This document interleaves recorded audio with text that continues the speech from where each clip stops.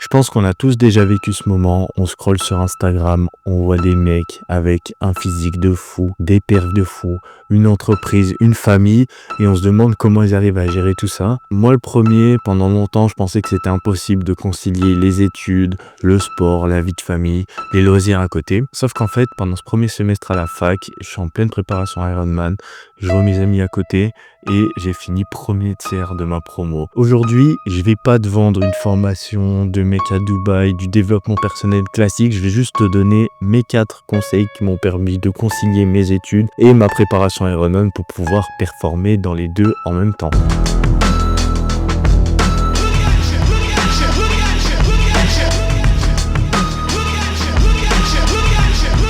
Premier conseil, utilise la méthode Pomodoro. C'est une méthode où tu travailles 25 minutes et tu te reposes 5 minutes et ça te permet pendant ces 25 minutes-là d'être à fond dans ton travail. On va utiliser comme comparaison justement les sports d'endurance. Quand tu veux faire une vraie séance en course à pied, en vélo, tu vas faire des intervalles. Donc un intervalle où tu es à 100%, tu es concentré et ensuite un intervalle de repos. Et pour le travail, pour réviser, c'est exactement la même chose. Pendant 25 minutes, tu es à fond dans tes révisions, pas de téléphone, pas de distraction et pendant les 5 minutes, tu vas marcher, tu regardes dehors, tu bois un truc et tu te reposes pour repartir à fond.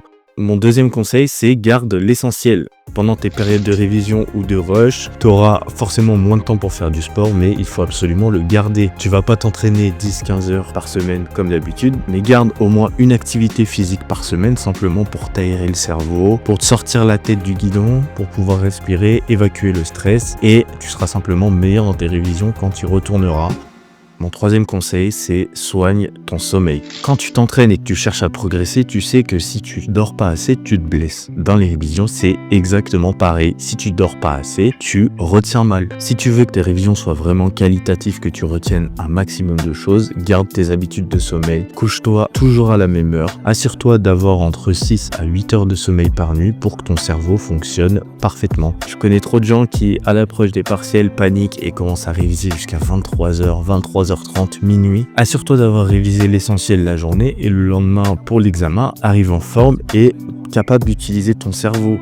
Mon dernier conseil, c'est révise intelligemment. Tout comme dans ton entraînement, tu vas avoir un programme, un coach, des séances qui sont planifiées, tes endurances fondamentales, ton fractionné dans tes révisions, c'est exactement pareil. Il faut que début de semaine, tu planifies les matières importantes, les coefs, que tu ailles voir les annales, quelles questions sont posées, quelles questions reviennent souvent pour pouvoir réviser intelligemment. Et c'est là où de 1, tu vas gagner du temps et de 2, tu vas utiliser la loi du 80-20, la loi de Pareto. 20% des efforts vont t'apporter 80% de résultats. Donc utilise cette loi autant dans l'entraînement que pour réviser, pour t'assurer d'avoir un maximum de performance. Sur ce les amis, j'espère que vous avez apprécié la vidéo. Elle était courte, elle était rapide, mais j'espère qu'elle vous a aidé. Allez nous suivre sur Instagram, je vous le mets juste ici. Il y a un conseil bonus que je vais donner là-bas, que je ne vais pas donner sur YouTube.